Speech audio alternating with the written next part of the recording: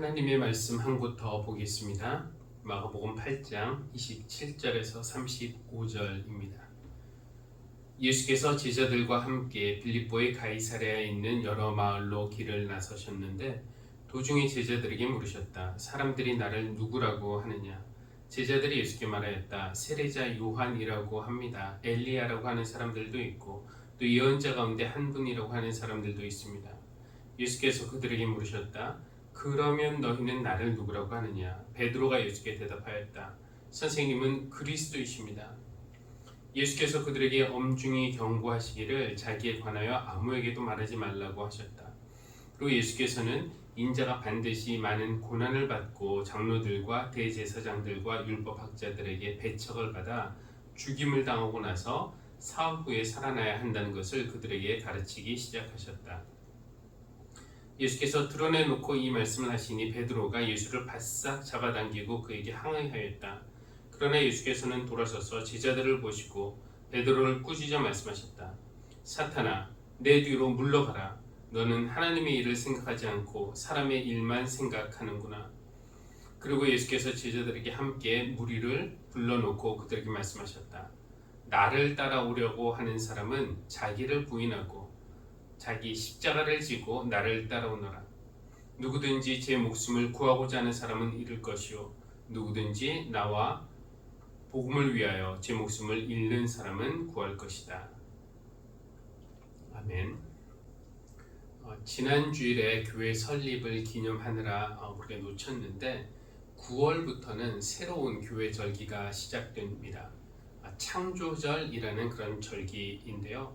교회력은 이제 성탄절을 준비하는 대림절부터 시작해서 성탄절, 그리고 주님의 나타나심을 기념하는 주현절, 그리고 이제 부활절을 준비하는 기간인 사순절, 그리고 사순절 후에 부활절, 그리고 성령 강림절, 이런 식으로 교회 절기가 돌아가는데 두 가지 이유로 창조절이라는 절기가 비교적 최근에 생겼습니다. 첫째는 성령 강림 절기가 너무 길다는 것인데요. 5월이나 6월 초부터 이제 11월 말까지 거의 6개월이 성령 강림절이라는 것. 두 번째 이유는 이 삼위일체 하나님 중에서 성부 예수 중심의 절기도 있고 성령님 중심의 절기도 있지만 성부 하나님 중심의 절기가 없다는 것. 그래서 이 성령 강림절 후 이 6개월의 긴 기간을 거의 반 정도로 나누어서 9월부터 11월 말이나 12월 초가 되겠죠. 대림절 전까지는 우리가 창조절로 지키기도 합니다. 창조절은 창조주 하나님이 중심 되시는 그런 절기입니다. 그래서 우리가 올 가을 창조절기를 보내는 동안에 하나님의 창조세계의 아름다움을 누리고 즐길 뿐만 아니라 또 창조세계를 훼손한 우리의 죄를 회개하고 또 하나님의 동산을 더 잘 가꾸고 돌보는 방식으로 우리의 삶이 변화될 수 있으면 좋겠습니다. 오늘의 예배를 통해서 세상의 모든 것이 하나님에게서부터 왔고 또 하나님에게서 온 우리 모두가 사람뿐만 아니라 동물과 자연 모두가 연결되어 있다라는 것을 자각하고 창조세계를 잘 돌보고 잘 보존하는 것이 하나님의 사랑에 대한 우리 마땅히 한 반응임을 우리가 깨닫는 그런 예배가 되기를 바랍니다. 한 손으로 손뼉을 칠 수는 없습니다. 이 말은 원래 상대방이 사사건건 시비를 걸어도 내가 거기에 응대하지 않으면 싸움이 생기지 않는다라는 의미로 한 말이라고 합니다. 그러나 시비를 걸 때만이 아니라 좋은 일에도 마찬가지이죠. 아무도 맞장구 쳐주지 않으면 혼자서는 흥이 나지 않습니다. 좋은 일이든지 나쁜 일이든지 한 손으로만은 박수를 칠 수 없는 일입니다. 그만큼 반응이 중요하다는 이야기이겠죠. 우리가 누군가의 이름을 불렀는데 그 사람이 분명히 들었는데 아무 반응하지 않으면 기분이 나빠집니다. 또 우리가 누군가에게 고마움을 표하거나 사랑의 마음을 표현했는데 아무 반응이 없으면 그것 역시 기분이 좋지 않습니다. 반응한다는 것이 그렇게 중요합니다. 설교자들이 가장 좋아하는 말이 청중의 아멘 소리라고 하죠. 그것은 청중의 긍정적인 반응을 의미하는 것이기 때문입니다. 예전에 제가 설교자가 아니었을 때 저는 설교 시간에 아멘을 너무 자주 하는 것을 대체로 좋아하진 않았습니다.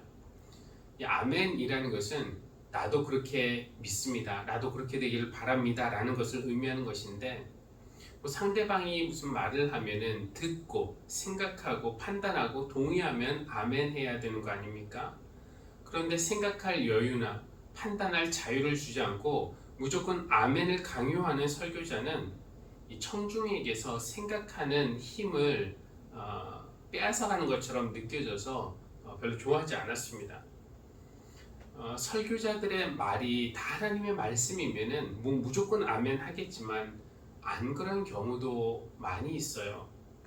동의하기 힘든 말을 하면서 아멘, 아멘 이렇게 청중의 반응을 조금은 강압적으로 유도할 때 예의상 안 하기도 그렇고 또 그렇다고 하기는 싫고 그때도 우리가 마스크를 쓰고 예배를 드렸다면 좀 더 편할 뻔했습니다.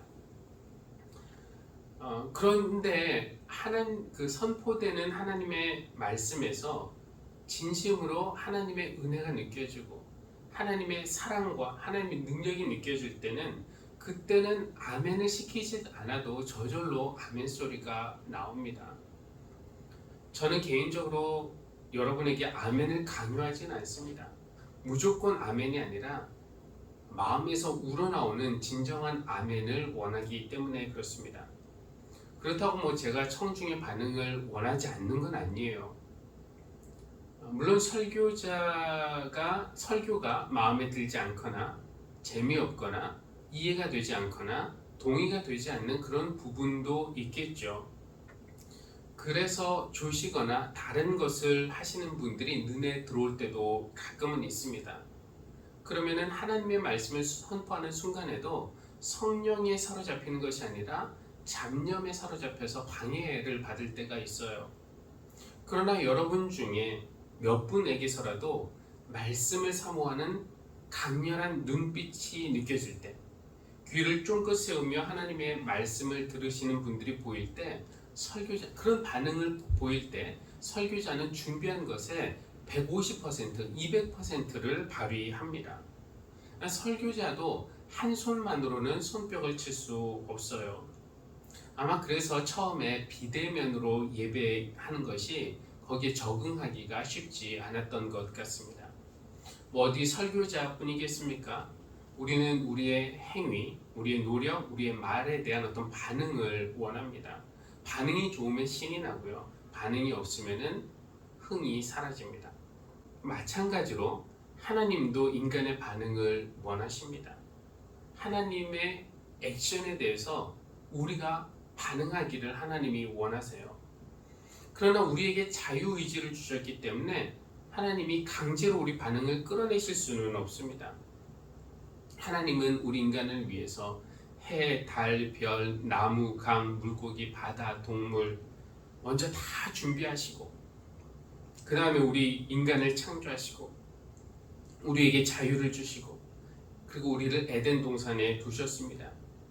자연이 주는 그 선물을 누리고 또 자연을 잘 돌보고 함께 사는 이웃과 평화롭게 지내면서 모든 것을 주신 하나님께 감사하고 기쁨으로 하나님을 찬양하고 영광을 돌리는 것, 그것이 창조주 하나님이 우리에게서 원하시는 그런 반응이 아니겠습니까? 그런데 인간이 하나님의 그런 사랑에 제대로 반응했다고 볼 수 있을까요?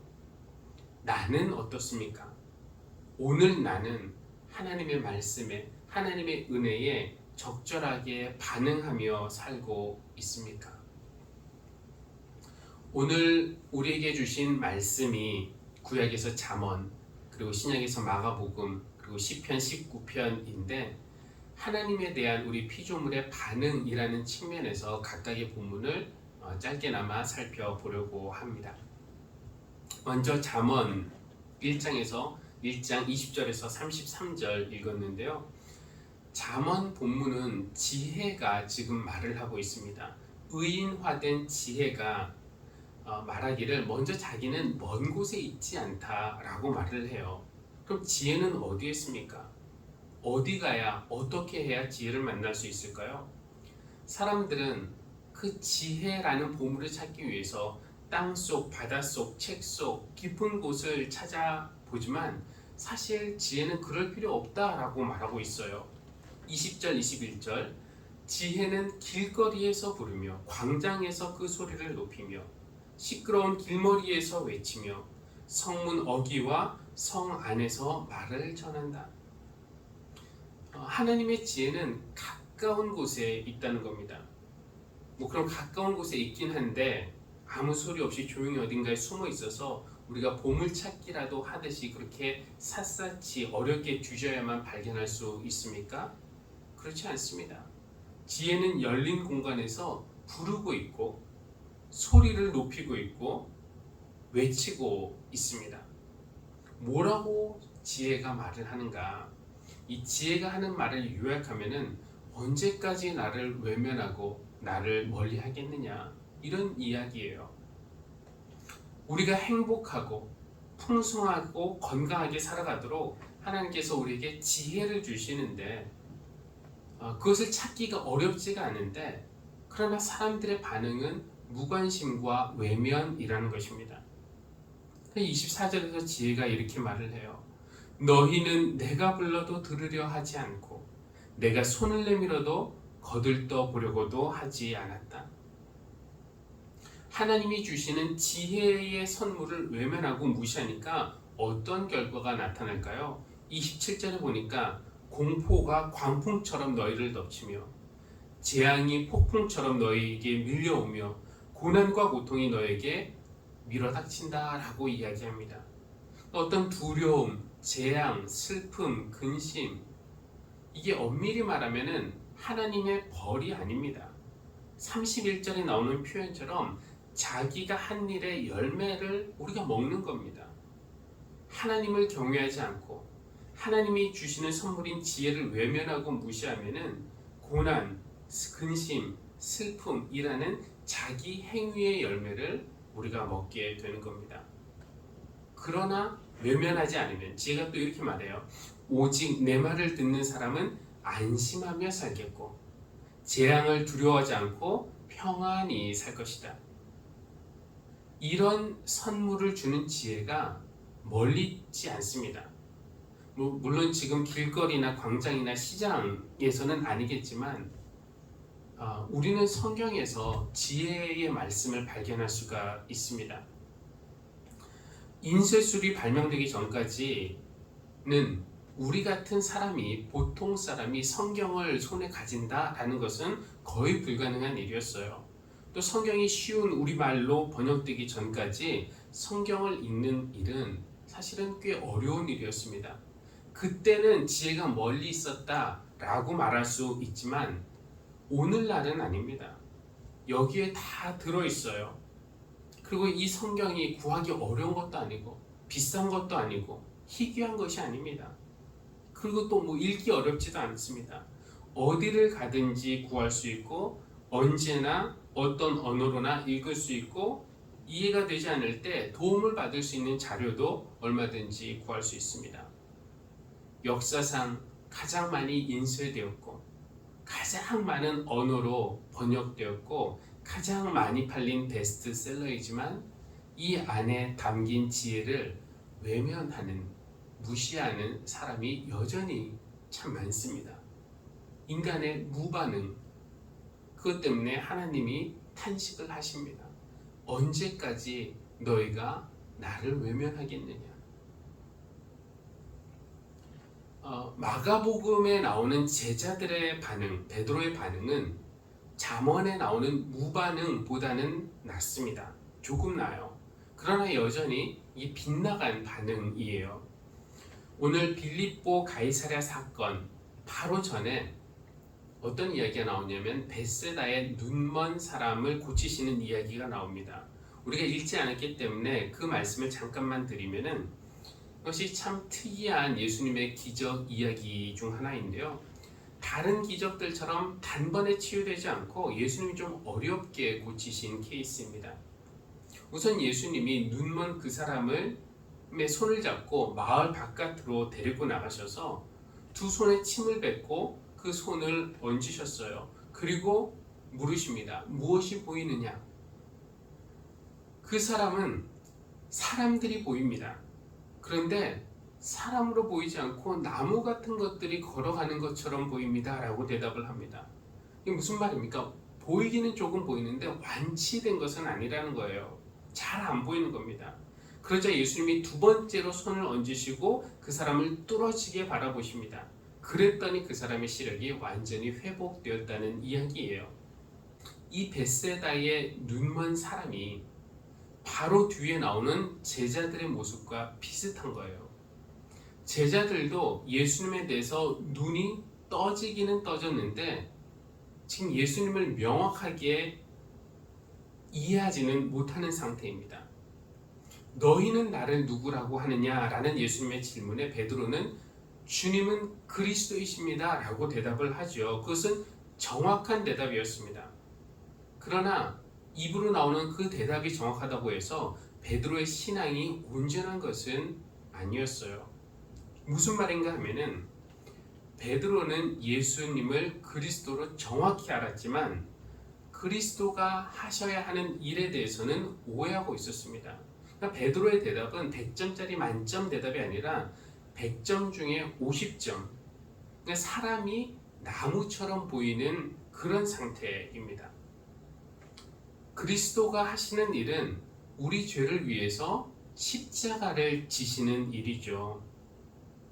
그래서 예수님이 인자가 반드시 많은 고난을 받고 장로들과 대제사장들과 율법학자들에게 배척을 받아 죽임을 당해야 한다라는 것을 말씀하시자 방금 전에 주님은 그리스도이십니다 라고 고백했던 베드로가 예수님을 바싹 잡아당기면서 절대로 그런 일이 있어서는 안 됩니다 라고 항의를 했다는 거 아닙니까? 근데 예수님은 그 베드로를 꾸짖으신 후에 제자들에게 뭐라고 말씀하시냐면은 나를 따라오려고 하는 사람은 자기를 부인하고 자기 십자가를 지고 나를 따라와야 한다 라고 말씀하십니다. 예수님에 대한 우리의 반응이 베드로와 비슷할 때가 자주 있어요. 베드로는 예수님을 그리스도로 알았지만 그리스도라면은 고난이 아니라 영광을 받아야 한다고, 십자가 길이 아니라 꽃길을 가야 한다고 생각한 것 같아요. 그래서 입으로는 주님은 그리스도이십니다 라고 고백하지만 그 주님이 고난, 십자가 라는 말을 하실 때는 예수님의 멱살을 잡고 항의하게 되는 겁니다. 하나님이 우리에게 말씀의 선물을 주시는데 우리의 반응이 이와 비슷할 때가 얼마나 자주 있습니까? 성경은 하나님의 말씀이라고 하면서 입으로는 최고의 권위를 부여하지만 그 중에서 우리 입맛에 맞는 구절들만 취하고 나머지는 외면하고 무시하고 버립니다. 하나님이 너와 함께 하실 것이다. 너를 복되게 하시고 번성하게 하실 것이다. 주님 안에서 뭐든지 할 수 있다. 구하라 반드시 얻을 것이다. 이런 말씀에는 우리가 기쁨으로 아멘 잘도 응답합니다. 그러나 원수를 사랑하라. 70번씩 7번이라도 용서하라. 가진 거 다 팔아서 주라 등 섬김, 희생, 십자가, 고난과 관련된 말씀에는 같은 즐거움으로 아멘하고 응답하지 않습니다. 잠언에서 하나님이 주시는 지혜에 대한 사람들의 반응이 무관심과 외면이었다면 마가복음에서 제자들의 반응은 반만 맞는 반응, 내가 좋아하는 것은 취하고 싫은 것은 버리는 그런 선택적 반응이라고 할 수가 있겠습니다. 그런 측면에서 볼 때 오늘 교동문으로 읽은 시편 19편에 나오는 반응은 제대로 된 반응인데, 근데 그 반응은 재밌게도 인간의 반응이 아니라 자연의 반응입니다. 하나님의 창조, 하나님의 말씀에 대한 자연의 반응은 어떻습니까? 하늘은 하나님의 영광을 드러내고 창공은 하나님의 솜씨를 나타낸다라고 이야기합니다. 2절부터 4절까지도 한번 볼까요? 낮은 낮에게 말씀을 전해주고 밤은 밤에게 지식을 알려준다. 그 이야기, 그 말소리, 비록 아무 소리가 들리지 않아도 그 소리 온 누리에 울려 퍼지고 그 말씀 세상 끝까지 번져간다. 사실 이 낮이라는 것 혹은 밤이라는 것이 어떻게 하나님에 대한 지식을 전하고 말씀을 전달합니까? 그런 자연은 언어도 없고요. 의미 있는 소리를 낼 수 있는 것도 아닌데, 그런데 신기하게도 자연은 훌륭하게 하나님의 영광을 드러내고 하나님의 말씀을 우리에게 전달한다는 겁니다. 찬송가 중에도 보면은 자연이 하나님의 영광을 잘 드러내는 것을 노래하는 찬양들이 여럿 있죠. 오늘 우리가 부른 주 하나님 지으신 모든 세계는 험한 산 골짜기에서 지저귀는 저 새소리들, 고요하게 흐르는 시냇물, 이런 것들이 주님의 솜씨를 노래한다 라고 그렇게 말합니다. 오늘 말씀 후에 부를 찬송가 오신실하신 주 2절 가사는 봄철과 또 여름, 가을과 겨울, 해와 달, 별들도 다 주의 것, 만물이 하나로 드러낸 증거, 신실하신 주 사랑 나타낸다고 그렇게 노래하고 있습니다. 그리고 우리가 부르진 않았지만 참 아름다워라 라는 찬송가도 아침 해와 저녁 놀, 밤하늘 빛난 별, 망망한 바다와 늘 푸른 봉우리, 이런 피조 세계가 다 하나님의 영광을 잘 드러낸다고 노래하고 있어요. 그런데 지금도 자연이 하나님의 영광을 잘 드러내고 하나님의 지식을 전달하고 하나님의 말씀을 알려준다고 우리가 말할 수 있을까요? 인간의 탐욕으로 훼손된 자연은 지금 고통으로 신음하고 있습니다. 본래 하나님이 의도하신 모습으로 하나님의 영광을 드러내지 못하고 있다라고 진단할 수밖에 없어요. 미세먼지 가득한 세상, 이상기후로 인한 폭우, 가뭄, 산불, 녹아내리는 빙하, 바다에 생긴 플라스틱 섬, 이렇게 자연이 하나님의 아름다움을 잘 드러내지 못하는 것은 자연의 잘못입니까? 우리 인간의 잘못입니까? 신음하는 피조물은 하나님의 자녀들이 나타나기를 간절히 기다리고 있습니다.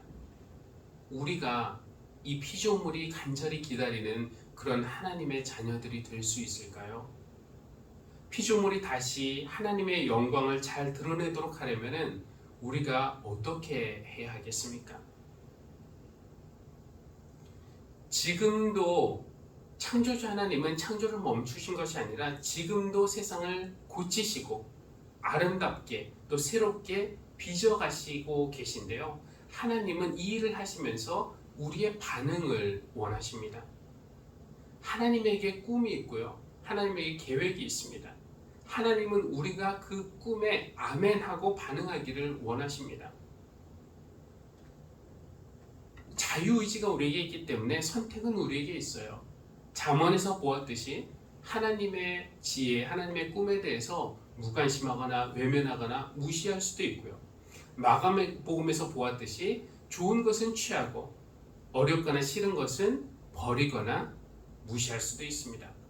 그러나 가장 좋은 반응, 하나님이 원하시는 반응은 하나님의 꿈에 우리가 아멘 하고 응답하는 것입니다. 우리가 지구 온난화를 막을 수 있을지, 핵의 위험으로부터 지구를 보호할 수 있을지, 죽어가는 지구를 살릴 수 있을지, 너무 늦었다며 부정적으로 보는 이들도 분명히 있습니다. 그러나 지구를 구하는 것, 이거는 사실은 하나님의 영역이고요. 우리가 할 수 있는 일은 너무 큰 거 걱정하지 말고 지금 내가 할 수 있는 범위 안에서 지구를 구하는 것이 아니라 지구를 사랑하는 것입니다. 그리고 그 안에 있는 자연과 사람, 모든 생명을 사랑하는 일, 그것이 우리에게 주어진 일입니다. 창조절기, 올 가을 우리가 관심 없이 보내지 말고 생명과 또 평화의 청지기가 되라는 그 소명을 엄숙히 받아들일 수 있으면 좋겠습니다.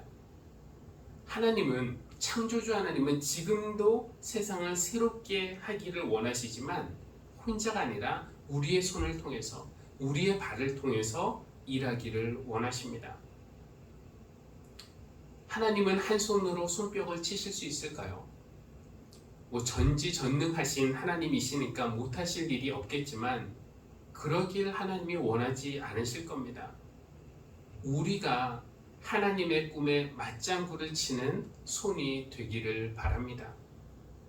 그렇게 하나님의 꿈에 우리가 아멘으로 반응할 때 하나님께서 먼저는 말씀으로 우리의 영을 새롭게 하시고 우리의 삶을 새롭게 하시고 우리의 관계를 새롭게 하시고 그리고 이웃사랑이 곧 하나님 사랑이듯이 자연을 사랑하는 것도 하나님의 사랑임을 깨닫게 하셔서 우리가 생활 속에서 자연 사랑을 구체적으로 실천할 때 우리의 손과 발을 통해서 이 세상을 더 아름답게 빚어가시기를 주님의 이름으로 기원합니다. 기도하시겠습니다.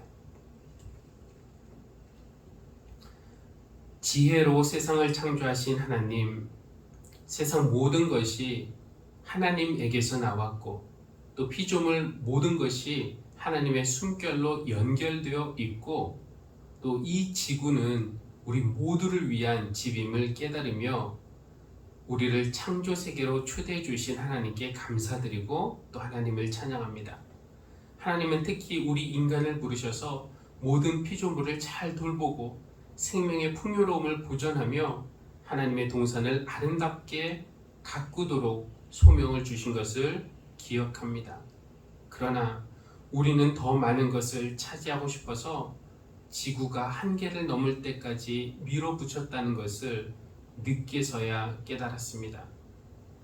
지구가 스스로를 지켜낼 수 있는 속도에 맞춰서 개발하거나 소비하지 않고 우리의 편리와 우리의 욕심을 따라 하다 보니 어느새 땅은 황폐해졌고 바다와 공기는 오염되었고 생태계의 조화는 깨졌음을 발견합니다.